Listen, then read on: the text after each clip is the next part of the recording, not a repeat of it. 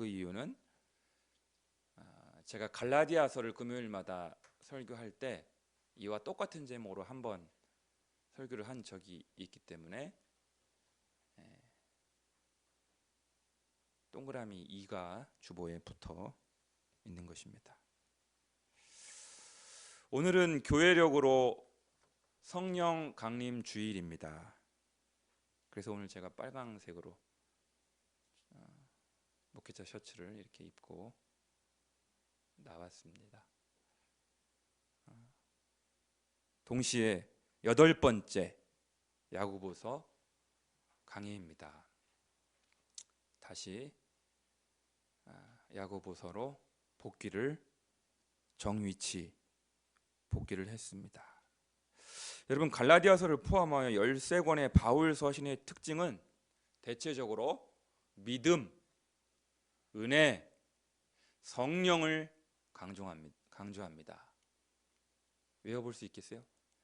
바울 서신이 강조하는 3가지 주요 낱말, 믿음, 은혜, 성령, 이 3가지를 자주 강조합니다. 그러다 보니 자칫 잘못하면 우리가 그리스도교 신앙을 영적인 것, 관념적인 것, 사변적인 것, 교리적인 것, 학문적인 것으로만 이해할 수가 있습니다. 그저 머리와 입만 살아서 논쟁하고 토론하는 것으로 신앙생활이 흘러갈 수가 있다는 것입니다. 이것이 바울 서신을 잘못 이해한, 지나치게 바울 신학에 경도된 사람들의 모습일 수가 있다는 것입니다.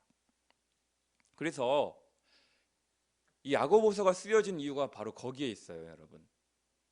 성경에 만약에 야고보서가 없었다면 66권 가운데 목사님 믿음이 전부 아닙니까? 율법으로 구원 못 받고 행함으로 구원 못 받고 믿음으로만 구원받는 거 아닙니까? 바울이 그렇게 가르쳤잖아요. 이렇게 우리에게 반문을 하실 수가 있다는 것이죠. 그래서 자칫 잘못하면 우리의 신앙이 관념주의적 신앙, 사변주의적 신앙에 흐를 수가 있거든요. 이러한 신앙의 폐단을 극복하고 가슴이 뜨거워지는 신앙, 구체적으로 손과 발이 움직이는 신앙이 되어야 함을 일깨워주기 위하여 쓰여진 책이 어떤 책이라고요? 야고보서입니다. 그런 의미에서 본문 15절의 말씀이 참 중요합니다, 여러분. 오늘 본문을 이해하는 핵심 키워드 15절 말씀을 한번 여러분 봐주십시오. 15절 말씀 다 같이 시작. 만일 형제나 자매가 헐벗고 일용할 양식이 없는데, 이 구절이 눈에 들어오셔야 돼요. 여러분, 여기서 형제나 자매가 크리스찬을 말할까요? 불신자를 말할까요? 둘 다일까요? 형제나 자매? 그러면 믿는 우리 크리스찬만을 의미하는 건가? 아니면 불신자도 포함될 여지가 있는가? 좌우지간, 불신자일 가능성도 전혀 없지는 않겠지만, 우리가 보통 형제 자매, 성경에서 형제들이여, 형제들아 할 때는 대체적으로 믿는 사람들을 가르치죠. 믿음의 형제, 믿음의 자매로 보는 것이 좋겠습니다. 그러면 이 형제나 자매가 우리 교인일까요? 다른 교회 교인일까요? 그런 이야기가 없어요. 이게 뭐 우리 교회 교인인지 남의 교회 교인인지 굳이 구분하고 있지 않습니다. 어쨌든 지금 어떤 형제나 자매가 당장 입을 옷이 없습니다. 헐벗고 있어요. 그리고 일용할 양식이 없습니다. 아마도 일용직 근로자인데 코로나19가 터져서 물류센터에 일하러 갈 수 없는 처지가 되었는지도 모르겠습니다. 벌어서 하루 먹고 살아가는 사람들. 갑작스럽게 예기치 못한 경제적인 위기가 닥친 것이죠. 만일 여러분들이 이러한 딱한 처지를 들었다면 어떻게 하시겠습니까? 혹은 우리 교회가 이런 소식을 접하였다고 한다면 어떻게 대처하면 좋겠습니까? 여러분들 지인 중에서, 친척 중에서, 혹은 직장 동료들 중에서 아마도 야고보서를 쓸 당시의 그리스도인들은 그러한 상황을 그다지 심각하게 받아들이지 않았던 것 같습니다. 그저 심드렁하게 여겼던 것 같습니다. 누군가 도와주겠지. 동사무소에서 도와주겠지. 요즘은 이름 바뀌었죠. 행정복지센터. 큰 교회가 도와주겠지.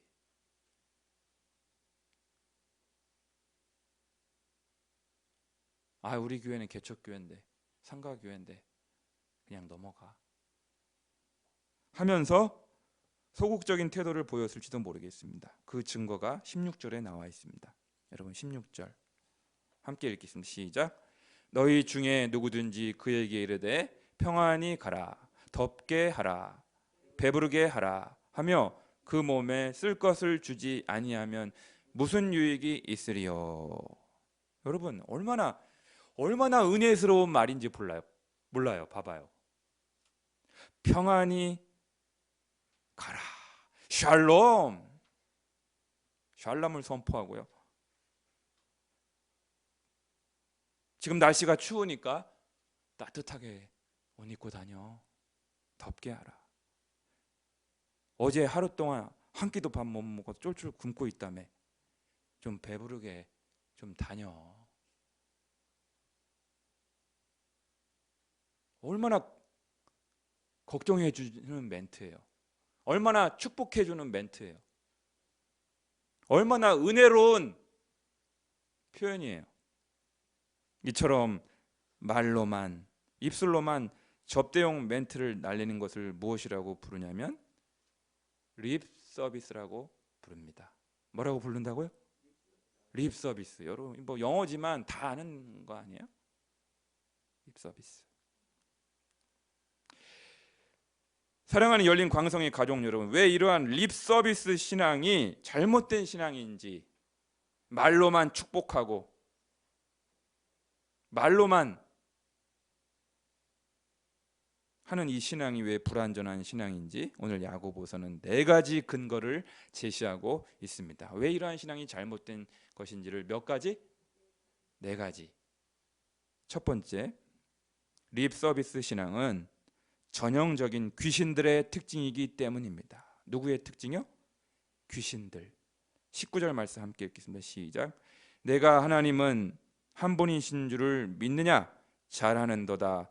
귀신들도 믿고 떠느니라. 여러분 저를 봐주세요. 여러분 귀신들은요 영적인 존재이기 때문에, 영물이기 때문에 예수를 알아봅니다. 예수님이 하나님의 아들이심을, 예수님이 그리스도이심을, 예수님께서 하나님께로부터 보냄을 받은 자임을 귀신같이 알아차린 사람이 누구냐면, 존재가 누구냐면 귀신들이에요. 그런데 귀신들이 예수님 앞에 구체적으로 엎드린 적이 있습니까? 귀신들이 예수님을 경배한 적이 있습니까? 귀신들이 실제적으로 예수님의 말씀에 순종하고 예수님의 말씀에 복종한 적이 있습니까? 여러분 귀신들이 착한 일을 실천한 적이 있습니까?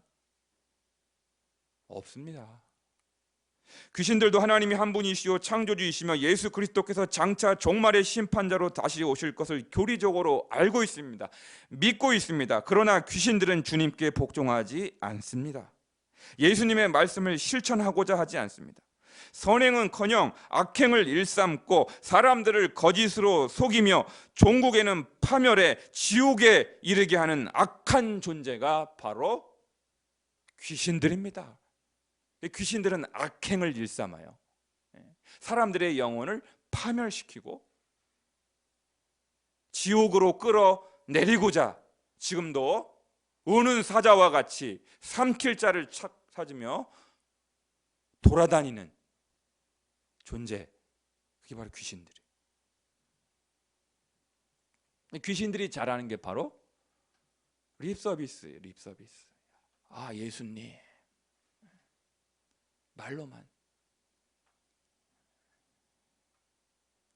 두 번째로 믿음의 조상 아브라함은 이삭을 직접 바침으로 립서비스 신앙을 극복하였다는 사실이에요. 여러분 21절 말씀 함께 읽겠습니다. 시작. 우리 조상 아브라함이 그 아들 이삭을 제단에 바칠 때에 행함으로 의롭다 하심을 받은 것이 아니냐, 반문하고 있는 거예요.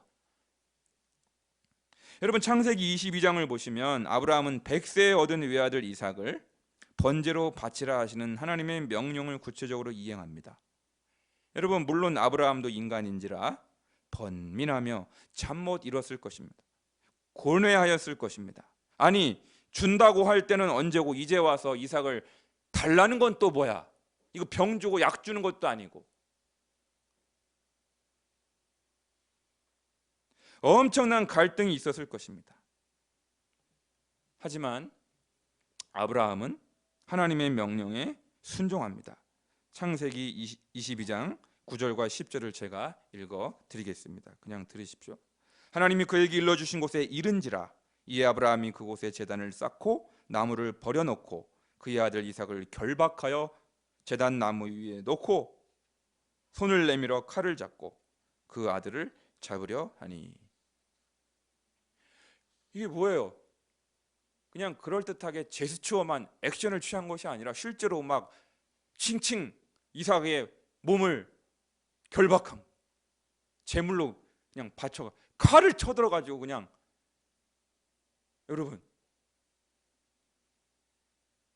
아브라함이 그냥 자기 아들 이삭을 칼을 쳐들어서 그냥 잡으려고 지금 막 실제로 하는 거예요. 그러니까 누가 놀라냐면 하나님이 그냥 하들짝 놀라버려. 하나님, 아니 아브라함아, 네가 진정으로 하나님을 경외하고 말씀대로 순종하는 걸 내가 테스트해 보려고 그런 거지. 너의 진정성을 내가 확인하려고 그런 거지. 내가 무슨 이방신 그모스도 아니고 몰록신도 아니고 내가 인신 공양, 인신 제사를 원했겠냐? 사격 중지, 당장 제사 중지. 누가 더 놀랐어요? 하나님이 화들짝 놀라. 하나님, 와, 우리 하나님이. 저는 성경에서 하나님이 깜짝 놀란 지점이 이 지점인 것 같아요. 야, 진짜로 그러라는 게 아니지, 진짜로. 여러분,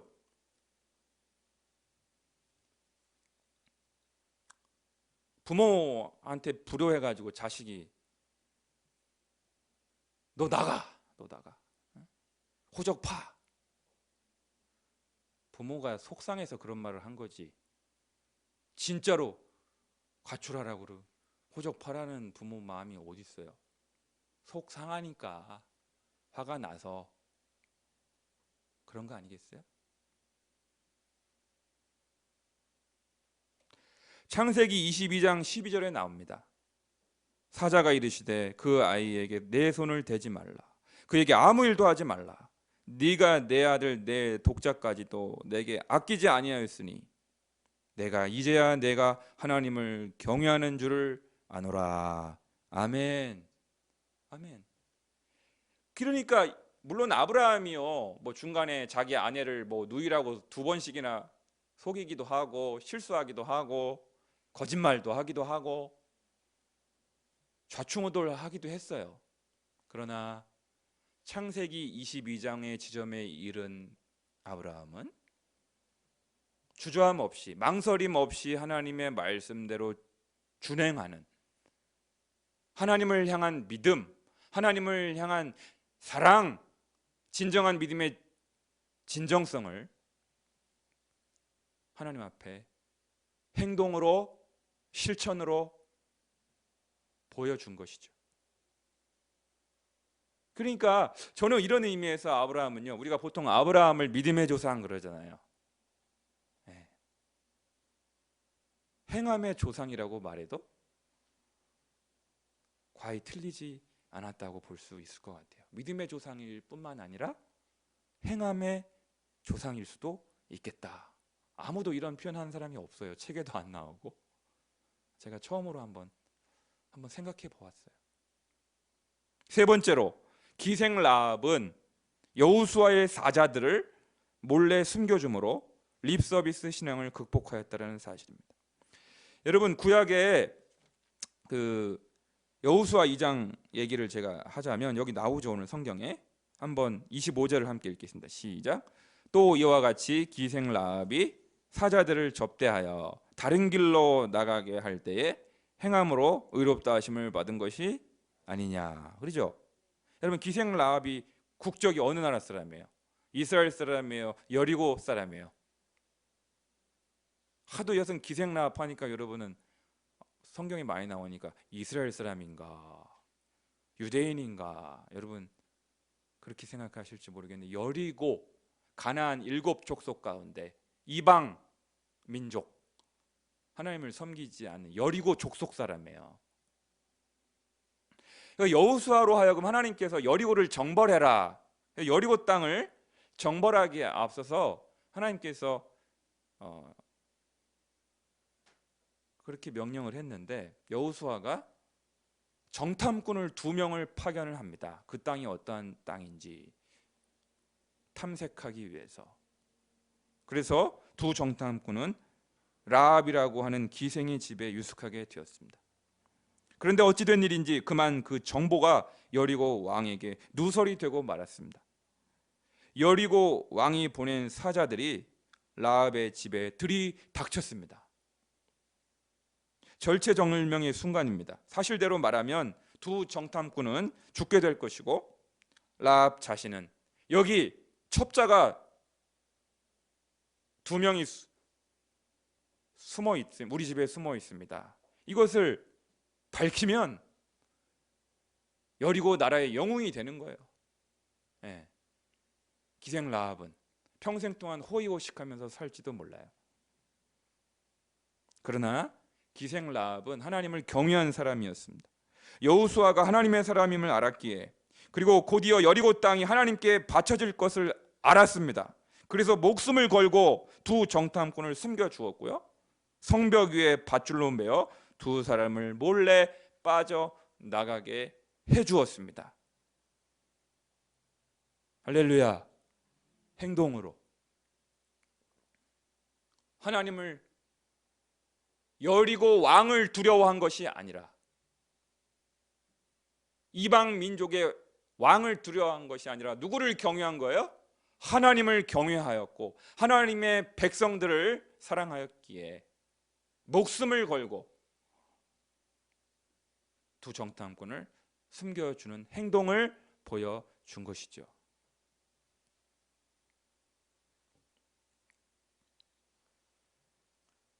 그러니까 이 립 서비스 신앙이 얼마나 잘못된 것인지, 불완전한 것인지를 두 사람의 이야기, 믿음의 조상 아브라함의 이야기, 여리고 땅을 정벌한 여호수아의 이야기, 기생 라합의 이야기를 통해서 우리의 신앙은, 그리스도교 신앙은 믿음으로만이 아니라 행함으로, 구체적인 실천으로, 행동으로 우리 그리스도교 신앙은 온전케 되는구나 라는 사실을 야고보서가 이야기하고 있는 것입니다. 그 다음에 한 가지가 더 있어요. 제가 4가지라고 말씀드렸잖아요. 첫 번째, 귀신들 이야기했죠. 귀신들의 이야기, 립서비스 신앙의 대표. 두 번째, 아브라함. 세 번째, 라합. 마지막 야고보서에 나오고 있는 이야기가 뭐예요? 시체 이야기가 나요. 시체. 시신. 자, 마지막 26절 읽겠습니다. 시작. 영혼 없는 몸이 죽은 것 같이 행함이 없는 믿음은 죽은 것이니라. 여러분, 아멘. 영혼 없는 몸을 뭐라고 그래요? 제가 방금 두 글자로 말을 해버렸네. 시신, 시체. 요즘 코로나19가 터져가지고 막 미국에 얼마나 많은 시신을 보관할 냉동고가 없어가지고 막 그냥 비닐로 덮어가지고 방치되어 있는 시신들이 맨날 TV에 화면에 나오잖아요. 여러분, 죽음이란 무엇인가? 죽음이란 영혼과 육신의 분리입니다. 영혼과 육신이 분리되는 순간 싸늘한 시신으로 돌변하게 됩니다. 아무리 건강에 자신 있는 사람도 영혼과 육체가 분리되는 순간 죽는 거예요. 죽는 거예요. 미국의 한 흑인이 백인 경찰이 막 무릎으로 목을 짓눌러 가지고 I can't breathe, 숨을 쉴 수가 없잖아요. 죽었잖아요. 미국이 지금 막 들풀처럼 흑인들이 분노가 솟구쳐 가지고 지금 막 난리가 났잖아요. 아, 이런 남자가 어디 있어 해가지고 부인이 이혼을 선포했어요. 아니, 왜 멀쩡한 흑인을 왜 무릎팍으로 그 목을 눌러가지고 숨 못 쉬게 죽이게 할 수 있냐고 해가지고 이혼당했어. 그 경찰관. 여러분 들었죠? 뉴스에서. 그 흑인이 죽었어요. 영혼과 육체가 분리되는 순간 인간은 싸늘한 시신으로 변합니다. 그와 마찬가지로 온전한 신앙이란 살아있는 신앙, 살아있는 사람은 따라해 보실까요? 살아있는 사람은 여기 지금 살아 계시니까 다 오늘 예배 드리러 마스크 쓰고 오신 거잖아요. 살아있는 사람은 다시 한번 살아있는 사람은 영혼과 육체를 분리할 수 없듯이 살아있는 신앙은 믿음과 행함을 분리할 수가 없습니다. 할렐루야. 이해되십니까? 정말로 우리가 살아있는 신앙이라고 한다면, 인격적인 신앙이라고 한다면, 제대로 된 신앙이라고 한다면, 주님을 똑바로 만났다라고 한다면, 부활의 주님, 영광의 주님을 내가 만났다라고 한다면 믿음과 행함을 분리하는 순간 그것은 죽은 신앙이라는 거예요. 분리할 수가 없다라는 것입니다. 그런 의미에서 다시 15절로 돌아가자면 만일 형제나 자매가 헐벗고 일용할 양식이 없는데, 그러면 지금 이런 상황이 벌어졌단 말이에요. 마스크가 없단 말이죠. 지금 물류센터에 코로나19가 터져가지고 일용직 근로자가 출근을 못한단 말이죠. 일당을 못 벌으니까. 그런 소식을 들었다고 한다면 무슨 교리적인 이야기, 립서비스 신앙이 필요하겠어요. 당연히 어려운 처지에 있는 형제 자매들을 도와야겠죠. 선행을 실천해야겠죠. 자비를 베풀어야 되겠죠. 실제로 구제해야 되겠죠. 너무나 당연한 얘기예요. 선택의 여지가 없어요. 고민할 것도 없어요. 이거는 김광배 목사한테 전화해서 물어볼 필요도 없어요. 이거는 해야 돼요, 말아야 돼요. 저는 왜 교회가 이처럼 선행을 실천하는 것이 중요한지 몇 가지 차원에서 그 이유를 더 말씀드리겠습니다. 첫 번째, 교리적인 차원입니다. 믿음으로만 구원받는 이 이신칭의의 교리, 여기까지만 가르치면 곤란합니다. 믿음으로 구원받게 하신 그 목적이 무엇이냐는 거예요. 에베소서 2장 10절 말씀에 이렇게 되어 있습니다. 우리는 그가 만드신 바라 그리스도 예수 안에서 선한 일을 위하여 지으심을 받은 자니 이 일은 하나님이 전에 예비하사 우리로 그 가운데에서 행하게 하려 하심이니라. 그러니까 하나님께서 우리를 창조하신 목적, 하나님께서 우리를 지으신 목적이 뭐라고요? 선한 일을 해라. 선한 일을 많이 해라. 또 디도서 2장 14절 말씀에 그가 우리를 대신하여 자신을 주심은 모든 불법에서 우리를 속량하시고 우리를 깨끗하게 하사 선한 일을 열심히 하는 자기 백성이 되게 하려 하심이라. 그러니까 우리를 창조하신 목적이 선행이고 우리를 구원하신 목적이 또한 선한 일을 열심히 하는 친백성이 되라. 여러분, 예수님보다 6개월 먼저 나타나서 회개의 메시지를 선포한 세례 요한 있죠? 세례 요한이 회개에 합당한 열매를 맺어라, 사자후를 토했습니다. 그리고는 이렇게 말합니다. 그러므로 이 회개에 합당한 열매를 맺고 속으로 아브라함이 우리 조상이라 말하지 말라. 내가 너에게 이르노니 하나님이 능히 이 돌들로도 아브라함의 자손이 되게 하시리라. 이미 도끼가 나무 뿌리에 놓였으니 좋은 열매 맺지 아니하는 나무마다 찍혀 불에 던져지리라. 무리가 물어 이르되 그러면 우리가 어떻게 하오리이까? 그랬더니 세례 요한이 옷 2벌 있는 자는 옷 없는 자에게 나눠줄 것이요 먹을 것이 있는 자도 그렇게 할 것이니라. 그러니까 회개에 합당한 열매가 뭐냐면 우리가 구원받았다는 증거, 여러분이 거듭났다라고 하는 증거가 뭐냐요?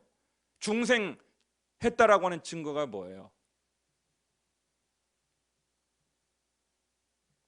잉여 재산이나 잉여 재물이 있다면 생계를 위하여 최소한의 재산을 제외하고 남은 옷을 옷 2벌 있는 자는 옷 없는 자에게 나눠주고 먹을 것이 여유가 있는 사람은 배고파하는 사람에게 나눠주라. 할렐루야. 예수님은요 누가복음 12장에서 어리석은 부자의 비유를 베풀어 주셨어요. 어리석은 부자의 비유 아시죠? 와, 내가 너무 부자다, 먹을 것이 천지다, 막 창고에 쟁여 넣었어요. 근데 창고가 부족해가지고 창고를 더 넓혔어요. 막 리모델링 해갖고 창고를 확장시키고, 그러면서 내가 이렇게 하리라.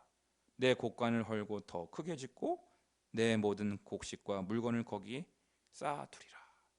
그랬더니 예수님이 얘야, 내가 오늘 밤 네 영혼을 도로 찾으리니 이 많은 물건들이 어떻게 되겠느냐, 누구 것이 되겠느냐, 그러시면서 말씀하셨잖아요. 그래서 하나님께 대하여 부여하지 못하고 자기에 대하여 부여한 자의 모습을 말씀하신 것입니다. 그러니까 오늘 나에게 주어진 재산과 재물과 여유분의 잉여 재산과 물질이 있다면 나누라는 거예요. 나누라는 거. 나누라는 거. 배분하는 거죠. 여러분 속으로 오늘 성령 강림 주인인데 왜 뭐 헌금 많이 하라는 얘기가 김광배 목사 미쳤어. 도대체 담임 나가더니 미쳤어. 헌금 많이 하라는 얘기가 아니고요. 오해하지 마세요. 돈독이 올랐나 보다. 그게 아니고 여러분 예수님이요. 예수님이 우리가 하나님 앞에 심판대 앞에 서잖아요. 장차. 그럼 어떻게 우리의 신앙을 결산하는지 아세요? 누구에게 천국이 수여되는지 아세요? 누가 복 받는지 아세요? 오른편에 있는 자들. 야, 너 내가 줄일 때 먹여줬고, 내가 목마를 때 마시게 했고, 나그네 되었을 때 영접하였고, 헐벗을 때 옷을 입혔고, 병들었을 때 돌보았고, 옥에 갇혔을 때 돌아봤지 않냐? 이렇게 구체적으로 선행을 실천하고 착한 일을 베풀고 없는 자들에게 나누어 주었던 사람들에게 창세로부터 창세로부터 너희를 위하여 예비된 나라를 상속받으라. 복받을 자들이여, 오른편에 있을 자들이여.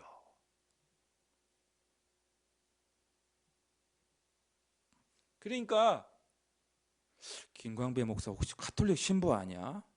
자꾸 이렇게 선행을 강조하고 행함을 강조하고 실천을 강조하고. 여러분 따라해보세요. 성령님은 기도의 영이십니다. 진리의 영이십니다. 동시에 선행의 영이십니다. 여러분 이 얘기 드리려고 그런 거예요. 오늘 핵심.